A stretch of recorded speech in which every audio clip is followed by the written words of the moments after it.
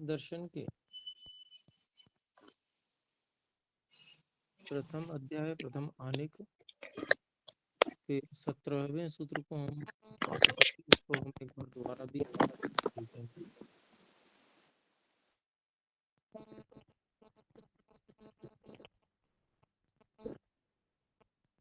यहाँ तक कि कोई बात हम में से पूछना चाहते हैं कि वे कृपया हस्तोत्थापन द्वारा सूचित कर सकते हैं।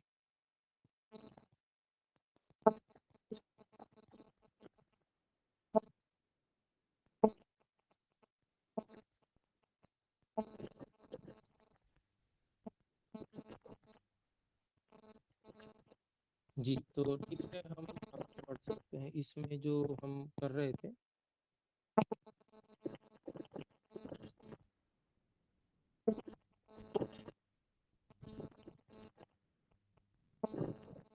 हमने 16वां सूत्र, हाँ बहन रिया जी बोले।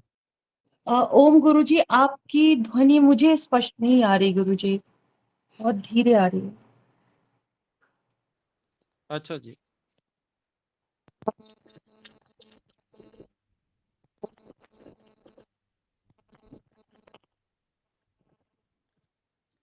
अभी कैसे है? गुरुजी अभी भी धीरे धीरे ही आ रही है, थोड़ी सी कट करके ही आ रही है। कम आ रही है? जी गुरुजी, कम आ रही है, ऐसा कि दूर से।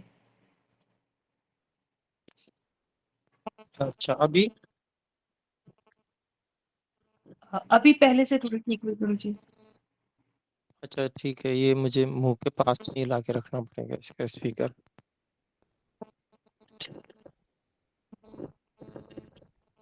तो हम 16वां सूत्र कर रहे थे, 17वां कर रहे थे, थोड़ा बताएंगे? 17वां शुरू कर दिया था गुरुजी। 17वां का पूरा भाष्य पढ़ दिया था ना, कर दिया था एक बार, फिर दोबारा करना था ना? जी गुरुजी, दोबारा करना था उसको, इंदिरा जी ठीक। ने कहा था कि दोबारा करना। जी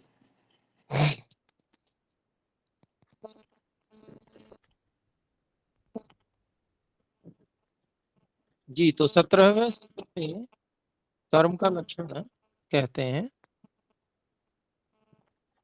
अधुना कर्मणो लक्षणम किं वा तस्य द्रव्य गुणाभ्याम वैधर्म्यम उच्यते। अब कर्म का लक्षण या द्रव्य गुण से उसकी का जो वैधर्म्य है वो बताया जाता है। एक द्रव्यम अगुणम, एक द्रव्य के आश्रित रहता है कर्म,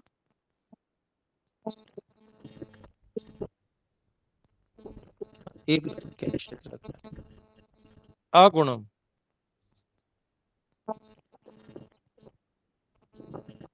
अच्छा, जो गुण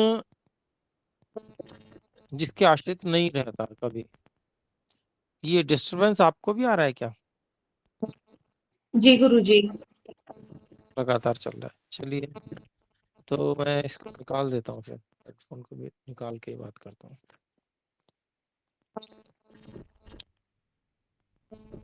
आवाज में डिस्टरबेंस आ रही है, क्लियर नहीं आ रही आवाज ना?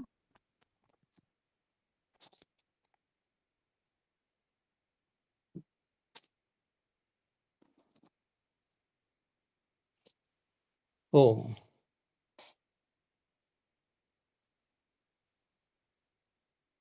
तो एक द्रव्यम अगुणम, एक द्रव्य के आश्रित रहता है, गुण जिसके आश्रित नहीं रहता है। संयोग विभागेषु अनपेक्ष,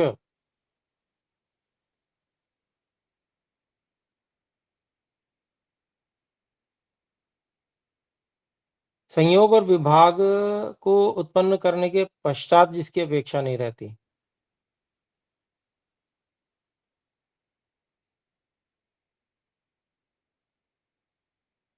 परंतु कारणम, संयोग विभाग का कारण तो बनता है, ऐसा कर्म का लक्षण है। ये कर्म, ऐसा कर्म है, ये कर्म का लक्षण है। ठीक है जी।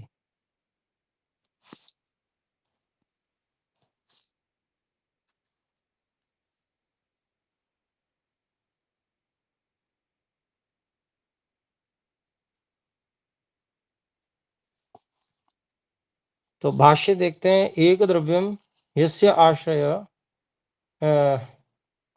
एकम द्रव्यम यस्य आश्रय इति तदेक द्रव्यम एक द्रव्यवर्ती। तो एक द्रव्यम क्या है, मतलब जो सूत्र में है उसको खोलते हैं। एक ही द्रव्य है जिसका आश्रय वह है एक द्रव्य, एक द्रव्यम, उसी को कहेंगे कि यह एक द्रव्यवर्ती, एक द्रव्य में रहने वाला है। फिर कहते हैं एकैकम द्रव्यम आश्रयत सत एकैकम कर्म भवति, और खोल दिया उसको, एक एक द्रव्य के आश्रय में रहने वाला या रहता हुआ एक एकम कर्म, एक एक कर्म होता है। अलग अलग द्रव्य में आश्रित अलग अलग कर्म होगा। न खलु अनेक द्रव्यवर्ती भवति एकम कर्म, बहुत सारे द्रव्यों में रहने वाला एक कर्म नहीं होता है। अवयवी द्रव्ये यद्वा अवयव द्रव्ये खलु एकैकशः एव कर्म भवति। अवयवी द्रव्य में या फिर अवयव द्रव्य में निश्चय से एक एक करके ही कर्म होता है। तथा परमाणुषु आद्यम कर्म अपि एकैकशः अनुमेयम्, वैसे ही जो परमाणुओं में प्रारंभिक कर्म है वह भी एक एक करके ही अनुमान कर लेना चाहिए।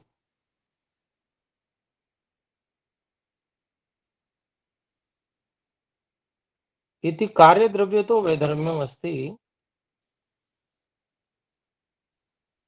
यह जो है कार्य द्रव्य से कर्म का वैधर्म्य है कि कार्य द्रव्यम अनेक कारण द्रव्याश्रितम भवति। जो कार्य द्रव्य है वो अनेक कारण द्रव्यों के आश्रित होता है। बहुत सारे कारण द्रव्यों के आश्रित होता है एक कार्य द्रव्य, लेकिन कर्म तो क्या है, वो केवल एक ही द्रव्य का आश्रय कर रहा है, चाहे वो अवयव में हो चाहे वो अवयवी में हो। तो अवयवी भी तो, अवयवी जब हो गया तो वो भी एक हो गया, है ना। तो इस कारण से वो भी एक द्रव्य हो गया। और अवयव है तो अवयव अलग अलग देख रहे हैं, तो अवयव भी अपने आप में एक एक है, तो प्रत्येक अवयव में भी वह कर्म अलग अलग हो रहा है।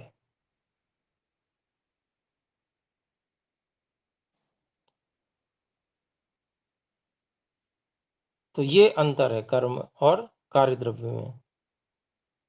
फिर कहते हैं तथा गुण तो अभी आंशिकम वैधर्म्यम, फिर गुण से भी जो आंशिक वैधर्म्य है,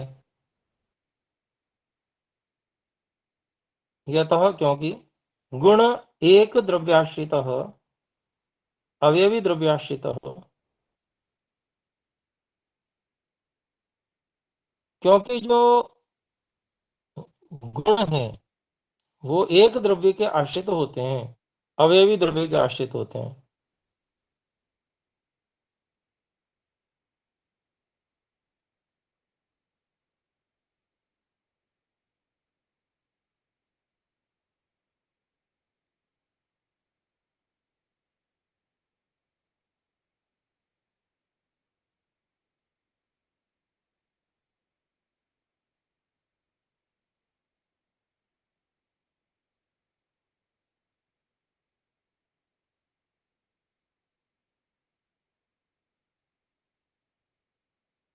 गुणो भवति, तो संयोग आदि और द्वित्व आदि ये गुण, द्वित्व जो है संख्या है, संख्या गुण है, एक द्वित्व ये होते हैं ना, तो द्वित्व ये भी गुण ये अनेक के आश्रित होगा।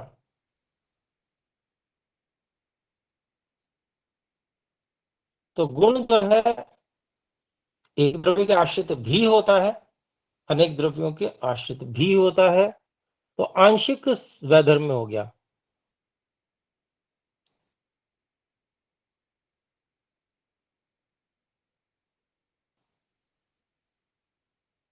गुण से एक द्रव्य के आश्रित होना तो रहेगा हमेशा, लेकिन कोई कोई गुण जो है वो अनेक द्रव्यों के आश्रित भी होते हैं, तो वहां पर वो वैधर्म्य हो गया गुण से।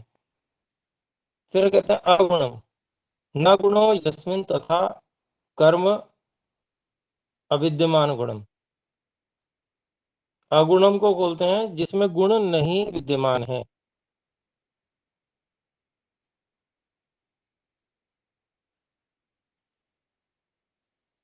ऐसा जो है,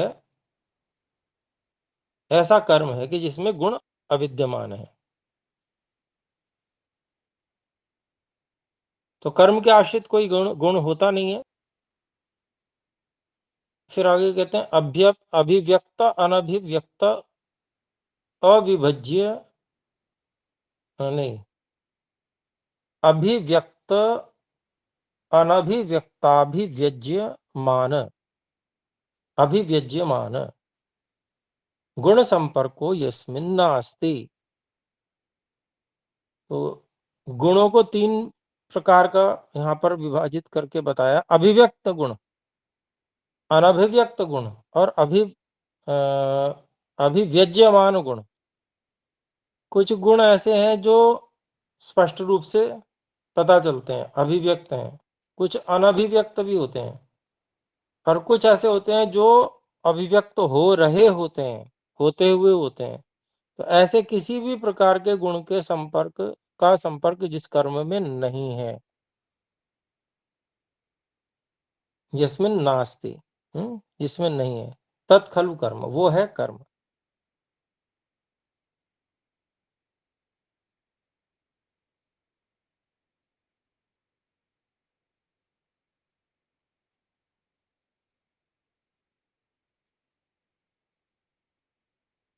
तो अभिव्यक्तों में कौन से गुण आ गए? अभिव्यक्त तो रूप आदि गुण हो गए।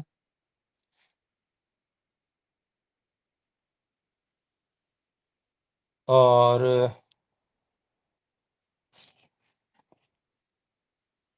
अनभिव्यक्त गुण कौन से हो गए?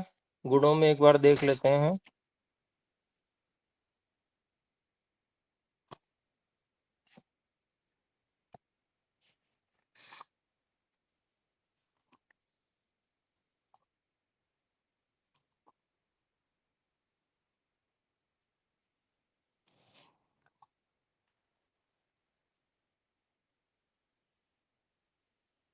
रूप रस गंध स्पर्श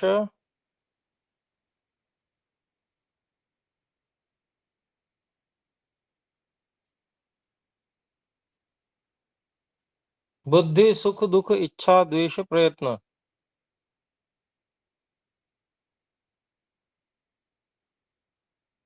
धर्म अधर्म,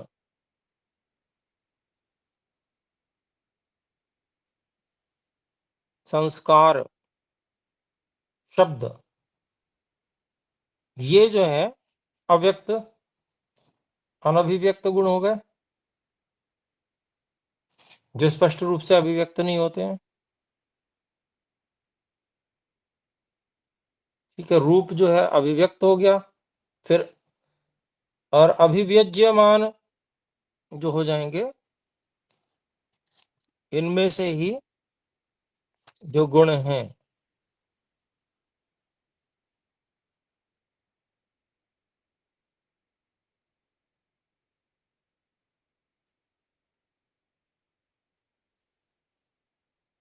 जैसे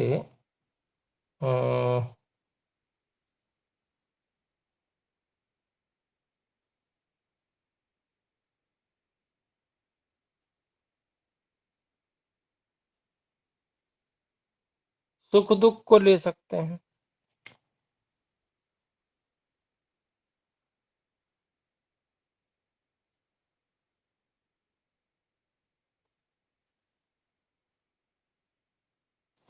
ये अभिव्यज्यमान कह सकते हैं सुख दुख को।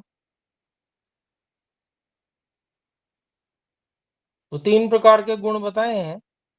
तीनों सभी प्रकार के गुणों का कोई भी संपर्क कर्म में नहीं होता। उत्पन्न गुण, अनुत्पन्न गुण और उत्पद्यमान गुण, उत्पन्न होते हुए।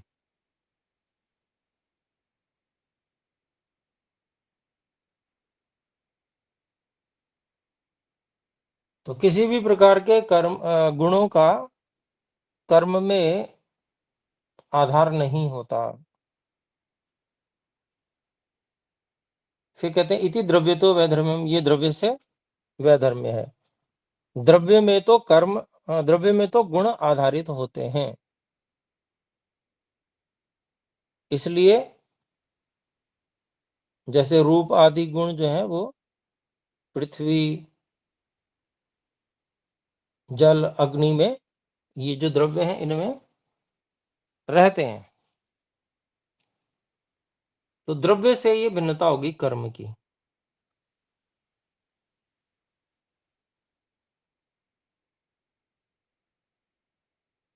द्रव्येषु एव अनभिव्यक्त अभिव्यक्त अभिविज्यमान गुण योगो भवति।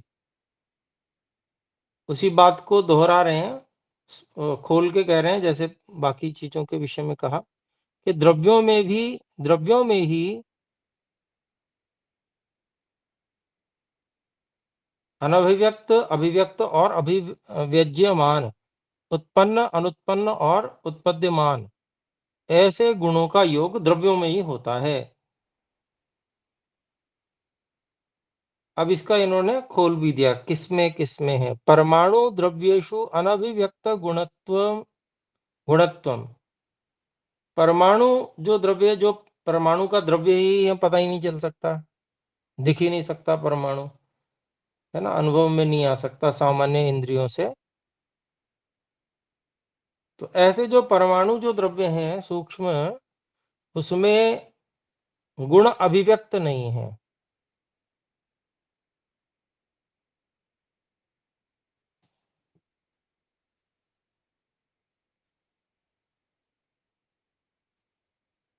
तो ऐसे जो परमाणु द्रव्येषु अनभिव्यक्त गुणत्वम, अनभिव्यक्त गुणत्व है उन द्रव्य में। उत्पन्ने अवयवी द्रव्य, जो अवयवी द्रव्य उत्पन्न होता है उसमें अभिव्यक्त गुण भाव, उनमें अभिव्यक्त गुणों का भाव होता है। उत्पद्यमाने च अभिव्यज्यमान गुणवत्ता भवति ही।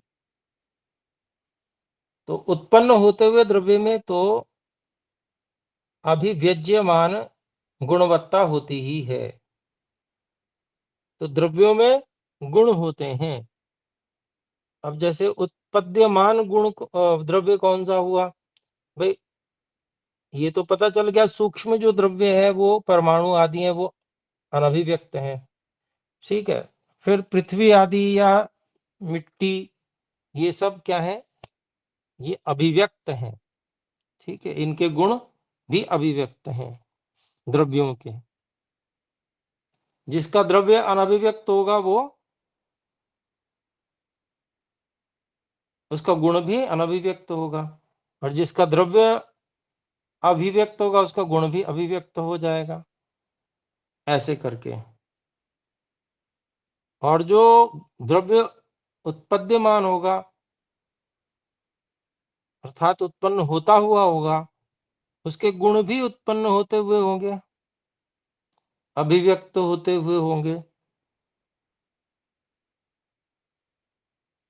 जैसे किसी चीज को हम उत्पन्न होते हुए देखते हैं तो उसके गुण भी उत्पन्न साथ में ही, द्रव्य के साथ में ही समझ में आते हैं। कोई भी हम ले सकते हैं उदाहरण, जैसे घड़ा बन रहा है, ठीक है जी, मिट्टी चाक पे चढ़ा रखी है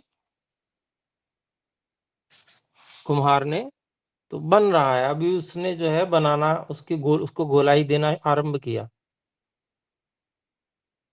तो धीरे धीरे वो, उसका जो घड़े का रूप है थोड़ी देर बाद में अभिव्यक्त हो जाता है, लेकिन जिस समय वो बन रहा है तो उसका रूप अभिव्यज्यमान होता है। ये उदाहरण बन गया, ठीक है जी। ऐसे ही अनेक चीजों में हम समझ सकते हैं।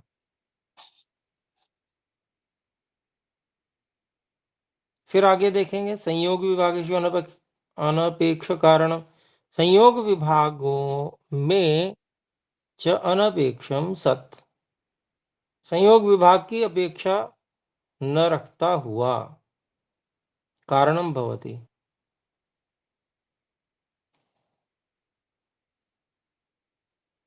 कर्म जो है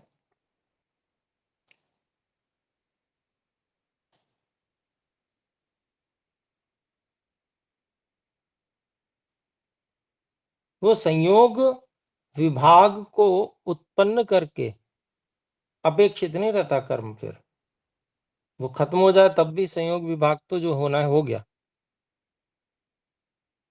लेकिन कारण तब भी होता है, वो रहता नहीं है। कर्म संयोग विभाग उत्पन्न हो जाते हैं तो संयोग हो जाता है तो नहीं रह पाता तब तक कर्म, वो पहले ही समाप्त हो जाता है, लेकिन फिर भी कारण होता है, क्योंकि कर्म क्षणिक है।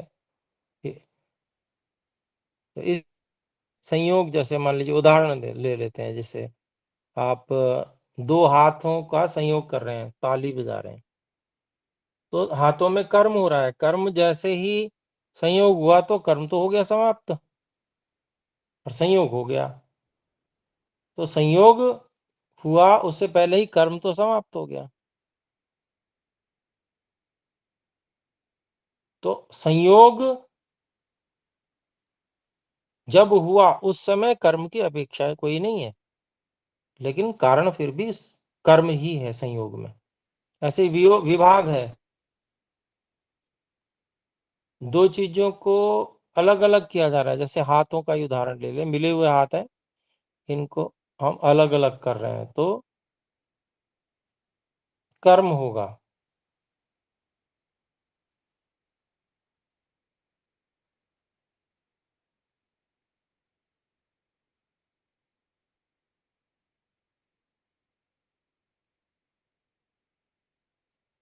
तो जैसे ही विभाग पूरा हुआ तो विभाग तो हो गया, काम पूरा हो गया विभाग का, अलग अलग हो गए दोनों हाथ। फिर कर्म जो किया था विभाग करने के लिए आरंभिक, वो तो तभी समाप्त हो गया।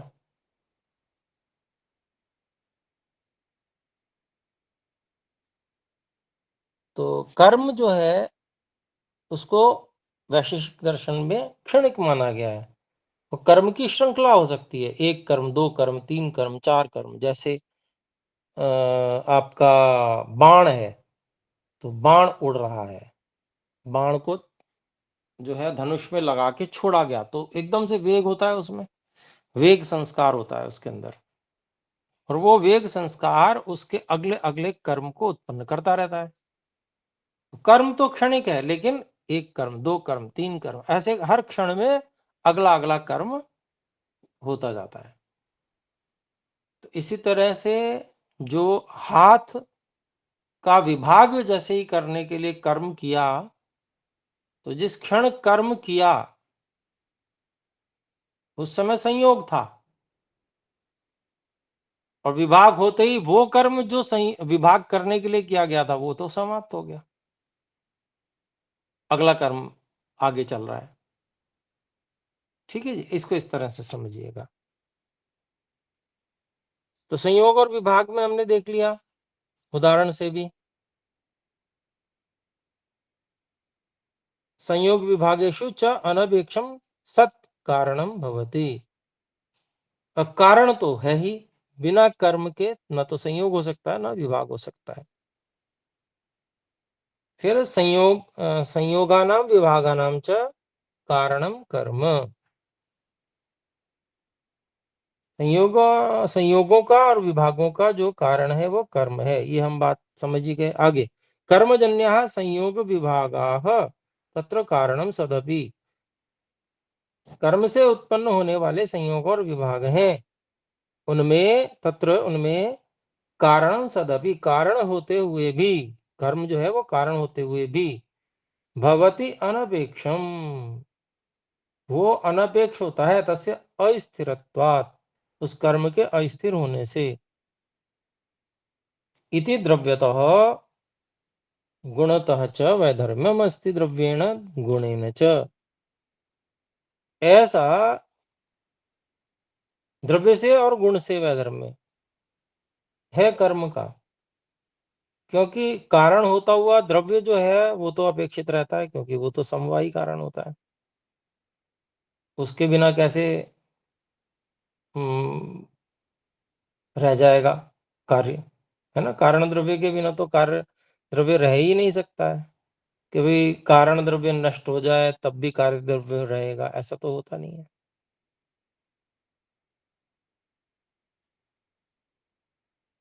है ना जी। जैसे आप देख लें तो परमाणु या मिट्टी जो है वो घड़े का कारण है, और अगर घड़ा है तो मिट्टी तो उसमें लगी हुई रहेगी, है ना जी। मिट्टी कारण है तो मिट्टी तो उसमें लगी रहेगी। तो ऐसा नहीं है, कर्म तो ऐसा नहीं है, वो तो अपने कार्य को उत्पन्न करता है और खुद खत्म हो जाता है, अपेक्षा ही नहीं है उसको, ऐसा। तो ये अंतर हो गया द्रव्य से। ऐसे गुण से भी ठीक है, रूप धागे का रूप गुण जो है वो वस्त्र के रूप गुण का कारण है, और वो उसकी अपेक्षा भी बनी रहेगी हमेशा। अगर धागे का उसमें से रूप गायब करने की हमारे पास कोई कला हो, या ब्लीचिंग पाउडर लगा दें धागे में, भाई धागे का हम कलर हटा देते हैं तो वस्त्र का रंग भी रहने वाला नहीं है, तो वो अपेक्षा रख रहा है। लेकिन कर्म की अपेक्षा नहीं बची, वो कर्म खत्म हो गया, समाप्त हो गया, तब भी संयोग हो गया, विभाग हो गया, ऐसे समझेंगे।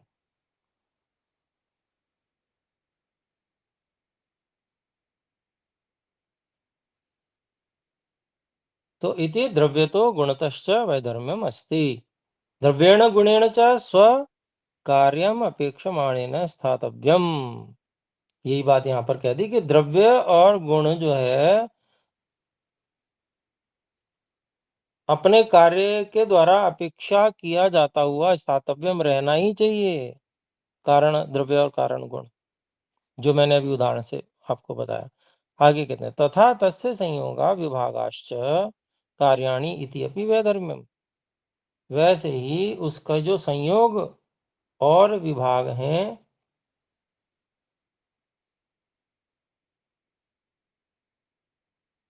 वो कार्य हैं, इति अपि वैधर्म्यम ताभ्याम। संयोग और विभाग जो हैं वो उसके कार्य हैं, किसके? कर्म के, है ना।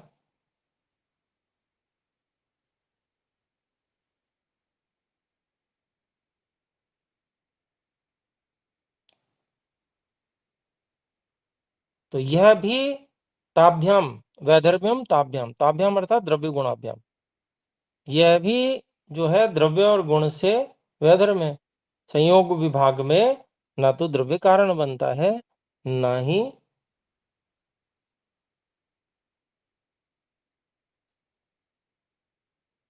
असमवायी कारण कहेंगे कर्म को संयोग विभाग में, है ना। तो जो द्रव्य है वो भी असमवायी कारण नहीं बनता है संयोग विभाग में, और गुण भी असमवायी कारण नहीं बनता है संयोग विभाग में। द्रव्य जो है समवायी कारण तो रहता है संयोग विभाग में, क्योंकि वो तो समवायी है, वो तो रहेगा, लेकिन असमवायी कारण नहीं बनता है। तो यहाँ पर ये हम अंतर कर लेंगे। तो मैं समझता हूँ स्पष्ट हुआ होगा। फिर भी अगर अस्पष्टता रही हो तो अगली कक्षा में प्रश्न रखिएगा। उदाहरण से ही स्पष्ट हो गया होगा। अभी हम फिर विराम करते हैं, आइए मिलकर एक बार ओम का उच्चारण करें, समय हो चुका है। ओ